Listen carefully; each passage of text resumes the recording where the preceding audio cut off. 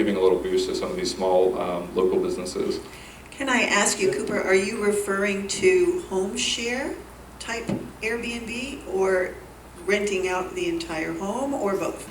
Well, I mean, the people I interviewed for the story were hosts who had either renting out a part of their home, or some of them had even built like a multi kind of unit structure where they lived in one part and there was a separate area where somebody lived. So they weren't technically, I don't know if that would qualify as home sharing, but they lived on the same property basically and were responsive to those needs. Yeah, these are not this sort of like big hotel houses that we've been discussing, you know, that, and one of the tricks I've learned is that some of those hotel houses are actually technically following the code because they're the ones that are sort of, you know, doing the full 7-night stay as opposed to some of the Airbnbs that you're getting for 2 or 3 nights. So the irony is sometimes those big houses are following the letter of the code as opposed to some of the smaller, quieter ones that are only having them for a couple nights at a time. That's one of the ambiguities kind of how some of those rules shake out. But the cons, you know, I heard plenty of those as well. And I think a lot of the complaints are about these hotel houses. Obviously noise, you got a ton of cars on the street. And just more basically, you have people who have no relationship to the neighborhood. They don't care about the neighborhood. They're leaving in 4 days. So what do they care if, you know, your neighbor hates you? Whereas if you're living there, you might care if your neighbor hates you. So, you know, and then also you have these other sort of less things you kind of can't quantify again, you know, the sense of losing a neighborhood's identity or sort of the personality of a place. You know, one of the sort of negatives I think that a lot of people say about Airbnb is that, you know, you go to certain parts of cities and all the Airbnbs there look exactly the same because, you know, they know what people are looking for through those sites. And so they're copying the style, you know, sort of everything from the furniture to like how it's laid out. And you actually have businesses that then crop up that are catering to those and displacing, you know, some of the more local businesses that previously were catering to residents. So there's a sense that you're losing a sense of place, and I think that that's very real. And, you know, the other, you know, I'd say that those are the main cons that I heard, but I'm sure that there are plenty more as well. Now your article was focused on one particular Airbnb, was it not? Well, it was that was the hook for it, yeah. So there was a property out on Lido Shores, again, one of these hotel houses, you know, owned by 5 different LLCs that you kind of have to like cipher through to figure out kind of who actually owns it. And yeah, again, it was a situation where it had been just kind of gutted, sort of, and built into this huge house that said it was advertised as sleeping 17 people. You know, it was sort of like right up next to the property line as opposed to before where you had some trees and things like that. And the Lido Shores Property Owners Association was very upset about this and, you know, had been trying to figure out ways to solve this problem. And, you know, they've kind of found out some ways to tweak it as ways to, they actually changed some of their rules as to what some of these like short-term renters have access to in the neighborhood. One of the big pluses of living out there is you have this direct beach access, and they kind of disallowed people staying in these short-term rentals from using the beach. You know, so those things might have a slight impact on the appeal of the property when they're trying to rent it, but, you know, ultimately, you know, it hasn't put the house out of business. So. Well, thank you. And I don't know how specific you were, but the article he's referring to was from October 2019 in Sarasota Magazine, correct? Yeah, I got copies up here, or it's online in the email that y'all sent out too. So you may want to grab that and read it after. In keeping with the Lido St. Armands, I'm going to hand off to Chris Goglia to talk about his neighborhood's experience. Thank you. So that Lido Shores property, last I heard, it either was sold or under contract, okay. And they thought that it was going to a family, so they're very happy. Lido Shores is an HOA, and they were able to pass rules, you know, prohibiting beach access, like you said. And next door on St. Armands, we're not an HOA. We're a voluntary residents association. We can pass none of our own rules. All we can do is ask the city for help and try to come up with things that might work. And I like what you said about the many layers of the LLCs, right? These hotel houses, these high occupancy rental properties started popping up on St. Armands. And there's 3 of them right now, and there's 3 more on Lido Key. And so you search for who the owner of one of these things is, and it's not a person, it's an LLC. And okay, that's normal, right? Because you own an investment property, you want to protect yourself. And then you look up who owns the LLC, and if it's a Florida LLC, all this information is public and searchable, and you can find out. And you find out that the LLC is owned by another LLC. And then you keep going up the chain, and eventually you'll see the word JV in the name of an LLC, joint venture. And that really sparked my interest. So for every one of these LLCs in the chain, you can search, do they own any other properties? And what we found out is that there's a big developer from the Bradenton area who's heavily invested in the city of Anna Maria. And then there are these 5 developers in a group, 2 of them in Lakewood Ranch, 1 of them in DC, 2 of them in Columbus, Ohio. And they're huge national real estate developers, shopping malls, apartment buildings. You can Google their names and find out all they do and all they own. And what that allowed us to find out was that on St. Armands, all 3 of these high occupancy rental properties are owned by the same ownership group. They also own 3 other homes on St. Armands, and the concern is those are slated to be knocked down next and converted into the next 3 of these boutique hotel houses. The same ownership group owns the 3 that are operating on Lido, and owns 3 more properties on Lido that everyone on Lido is concerned this is going to happen to. And the same ownership group owns about 25 properties on Siesta Key, outside the city, in the county, and half of those are 6 or more bedrooms and can sleep, 18 or more people. So it sure looks like this is a model that has worked for them on Anna Maria, it's worked for them on Siesta, and now they're ready to roll it into St. Armands and Lido. And so we're hopeful that in working with the city, we can find some way to say this can't possibly be right. This is not a person renting out their home. This is not a person renting out an investment property. It's not a person renting out 2 investment properties. We actually created a visual and tried to map out, this ownership group and all the properties they own. And it's this mess, it's this spaghetti diagram. So there must be some threshold that this becomes not a residential use of a property, but a prohibited commercial use. And if what's happening on the city's barrier islands does not cross that threshold, then nothing ever will. Melanie? I was just going to say, let's segue, since we were talking about Siesta Key, to Lourdes Ramirez. Well, I want to clarify one thing. Siesta Key is most of it, Siesta Key is an unincorporated Sarasota County. So we fall for the same rules, except. So residential single-family districts is the minimum of 30 days. However, on the barrier islands, you can rent by the night in residential multifamily districts. So a lot of these, big houses that get rented for 18 people happen to be in the multifamily districts where they can rent by the night. So when we talk about illegal rentals on Siesta Key, we're talking about illegal rentals in single-family districts, not necessarily the multifamily districts. And it's interesting, the multifamily districts, it's a little bit under control except for those mega houses, in that a lot of the condos that can rent by the night, first of all, they're HOAs as well, so they have minimums. So even if they can rent it by the night, you'll find a lot of the condos on Siesta Key have minimums 1 week.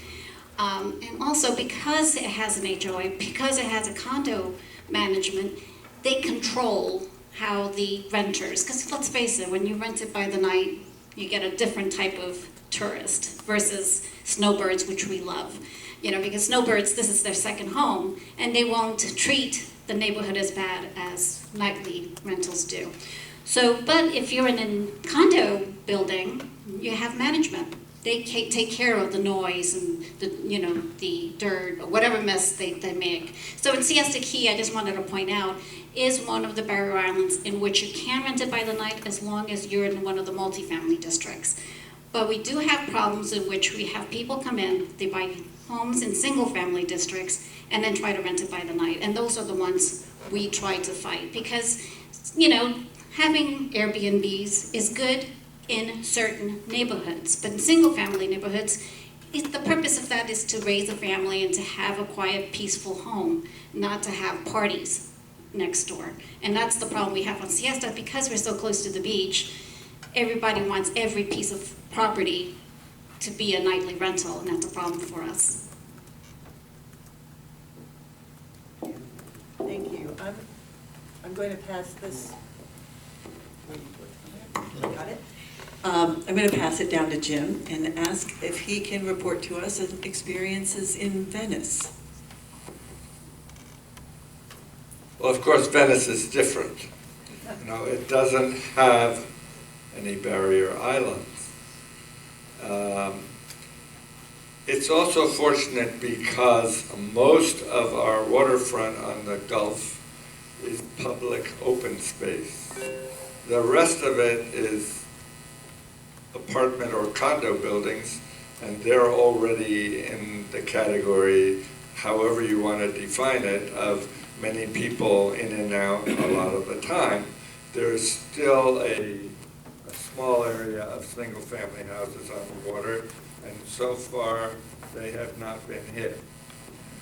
So our problem began with something like what Lourdes was talking about, that is people trying to mess around in single-family zones, because short-term rentals, however you want to define them, were already permitted in multifamily, two-family and multifamily zones, and that wasn't where the issue was. The issue was with people taking houses in single-family zones and creating one of two things: either nuisance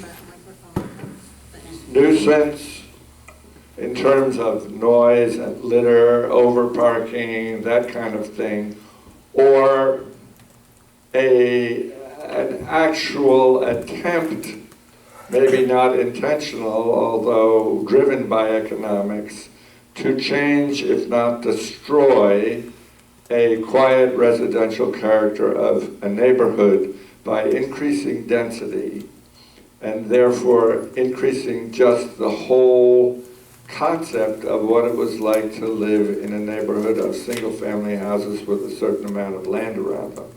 So that allowed, that set of problems set Venice up to create regulations before the state stepped in, based upon existing state definitions, which led us to require anybody that wanted to have a rental of less than 3 months to comply with basically state fire standards, which required things like sprinklers and a second set of doors and that sort of thing.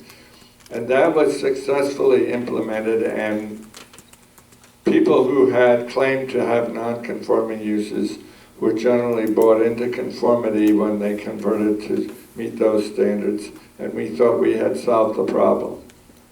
Then the state started doing the preemption dance, which in effect is saying that you cannot do anything to regulate short-term rentals by local ordinance. You have to follow the state standard. Right now, we are, and most of the other towns in this area, both Manatee and Sarasota, are grandfathered, but we can't change anything. We cannot fix a bad statute or a funny section to meet a new condition because we are preempted. And that is, of all the problems we've discussed, I think the worst on the table, because you can find out who owns what in St. Armands and Lido Beach, but you can't do anything. So that's what's really bad. So we are going to come back to what Mr. Bennett is referring to. This is legislation past and current in progress, happening in Tallahassee at a state level. But before I go there, I'd like to give Jill Luke a chance to speak. Northport's even a little more different than Venice because we're not as established. And that preemption is a definite problem. We were caught behind the 8 ball, if I can say that. When I got into the commission, I wanted to tackle this issue. To me, it's a zoning issue. It definitely is. There are the different, as Hagen was talking about, there are the different definitions of what type of short-term rental you're talking about. And I wanted to tackle that, to define it. I wanted to be able to allow the people who were housing the umpires who come to umpire the collegiate games to be able to do that. That was income to a single woman, a widow. And so it was extra income coming in. So I wanted them to be able to still continue to do that. But I didn't want those single-family homes being loud and noisy and disruptive and causing more of an impact into these neighborhoods than what a regular residential citizen would be doing. So by the time I got in there, here come that preemption that he was talking about. And our hands were tied. So we don't have anything logged in our code. We have to abide by what the county has, and that's that 30-day. When we have issues within our city, it is a code enforcement. So when they're loud, they're boisterous or that, code enforcement, well, police gets called first, but code enforcement will go out also on that. I cannot say it enough, and I know we're going to be talking about this hopefully a lot, this preemption. They passed in the House Bill 1011. I believe it was even this morning. It will take away any of those grandfathering all the way back to 2011. So if you did some changing in 2014, it's gone. So the state ties our hands over and over and over again of being able to regulate our cities. And our cities are all different. I don't have a beach where I have to worry about, these house parties and stuff, but I have other things to think about in my city. So I need to be able to come up with codes and regulations for my city like everybody else up here on this panel. I'm going to leave it with that, and we'll discuss the preemption more later, please. I'm going to end this talking about experiences discussion with our experience in the Gulfgate Community Association.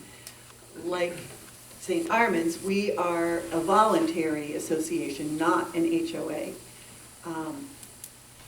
We also are at the foot of the South Bridge to Siesta Key.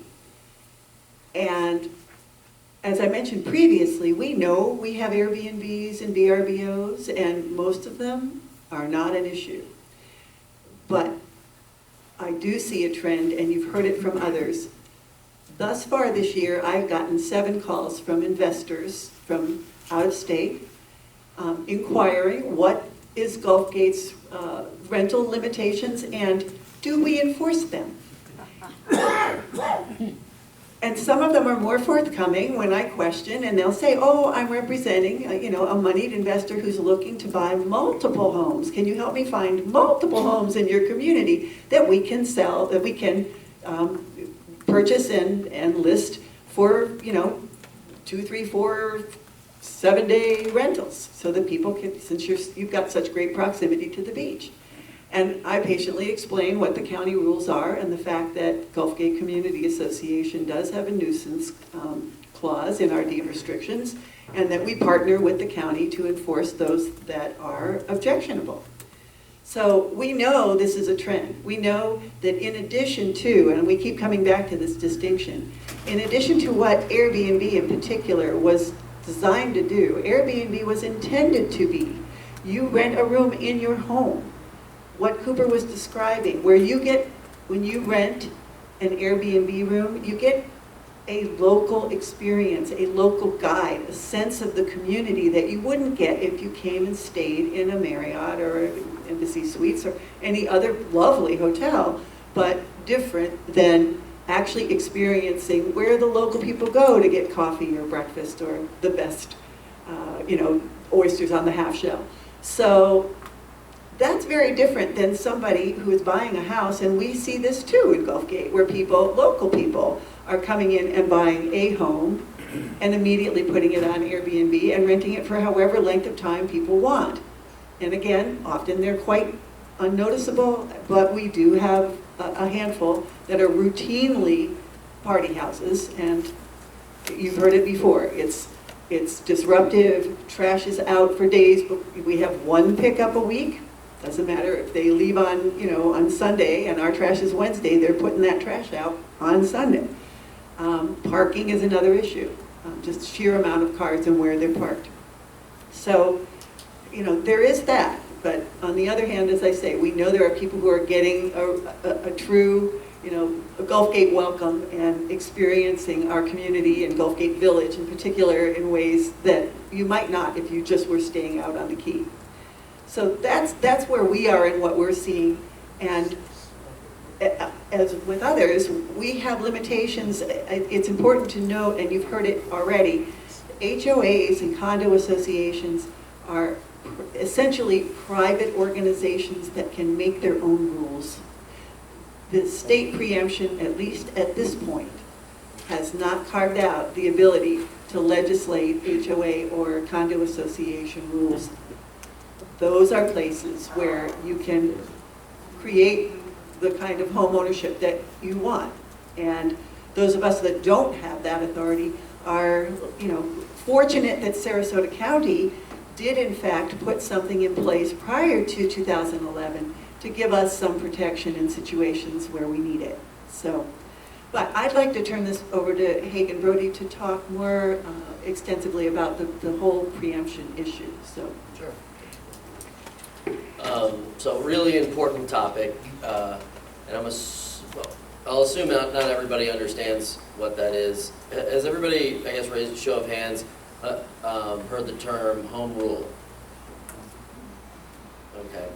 So essentially the idea of home rule is that the governments closest to the people should be able to set the rules for their community. And each community in Florida is so drastically different that that's a good thing because you can address very specific hyper-local issues in your community that might not exist in another community. Like, for example, we've heard the difference between Northport and Lido Shores. Two very different places that would have very different rules if we had the opportunity to enforce those rules. This, I think, is one of those issues that really should be left to the local governments to decide because of the diversity in communities throughout the state of Florida.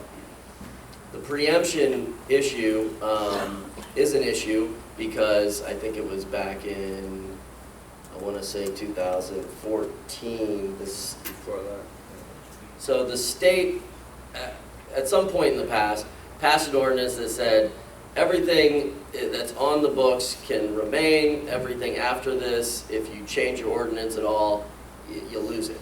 It all goes to the state, and you open up, kind of an unregulated market. That has really prevented us and a lot of the folks at this table that have served in local government from adapting to the times, changing with the demand. I guess one way I think about this issue is, and I've talked to different legislators about this, one of the responsibilities we have at the local level, I guess, however, that said, is to adapt with the times and is to kind of be the incubator of policy and see what works and what doesn't. Some communities aren't as good as others at experimenting with that. And I think that's when the legislature starts to look at the whole picture and they say, look, local communities, we've let them have the power to regulate this industry, but all they've done is ban it. So we got to step in as the state and take some kind of an action. What I've been advocating for is I think that there are valid concerns that need to be addressed with the high occupancy issue, and the vacation rental issue, and it differs so much even just in our community. The vacation rental policy on the Barrier Island should not be the same as it is in the interior of the mainland, where we have houses, historic houses that are built with mother-in-law suites that people are using currently and want to continue to use kind of outside of the shadows. One of the stats that I got, this is directly from Airbnb actually, when I was kind of pushing this issue, is right now in just the city of Sarasota we have 250 people that are home sharing or host occupied, renting out a mother-in-law suite or a back bedroom. 60% of them are women. And we get very, very few complaints on those. So you know that it's not a problem, but we have to have the ability to kind of look at the community and look at the different character of the different parts of the community and respond with adequate rules and regulations. We don't have that right now. So the bill, there are a couple bills up in Tallahassee right now that are talking about going even further and taking away even what is on the books for the counties and municipalities in the state of Florida. I think that's the wrong direction. I think that we should, have the authority to make changes, but I think we should use that authority to make changes and not just kind of recoil back and say, we don't know, this whole thing scares us, we're just going to ban it all. Because that's when you end up losing your authority to do it. Can you talk about... On the microphone, I don't have one. Aaron. Can you talk about the components of the bill pertinent to, no? There's two different bills, and they're going to change. You have to use a mic. Sure. I think there's two different bills. There's a Senate bill and a House bill. But they're going to change dramatically throughout this process. They haven't gone to their respective floors yet. Well, they're looking amended and changed, and then they got to go to the governor. Whatever gets passed has to go to the governor for a signature. But in my opinion, having just been up in Tallahassee, talking to our legislatures about these issues, I do think something is going to be passed this year. It's just a matter of what. So there are a couple components that I will throw out there to be addressed. In House Bill 1011, the emphasis appears to be on reporting and collection of the necessary taxes or fees.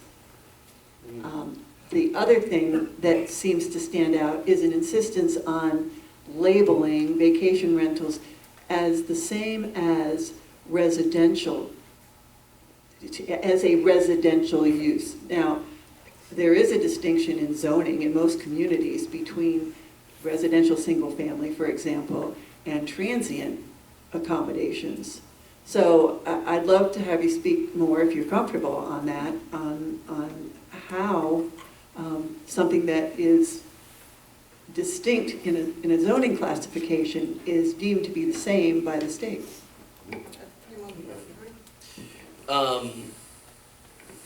So I think I understand your question. Zoning is what we use to differentiate between the different areas of our community. And maybe I don't understand your question. But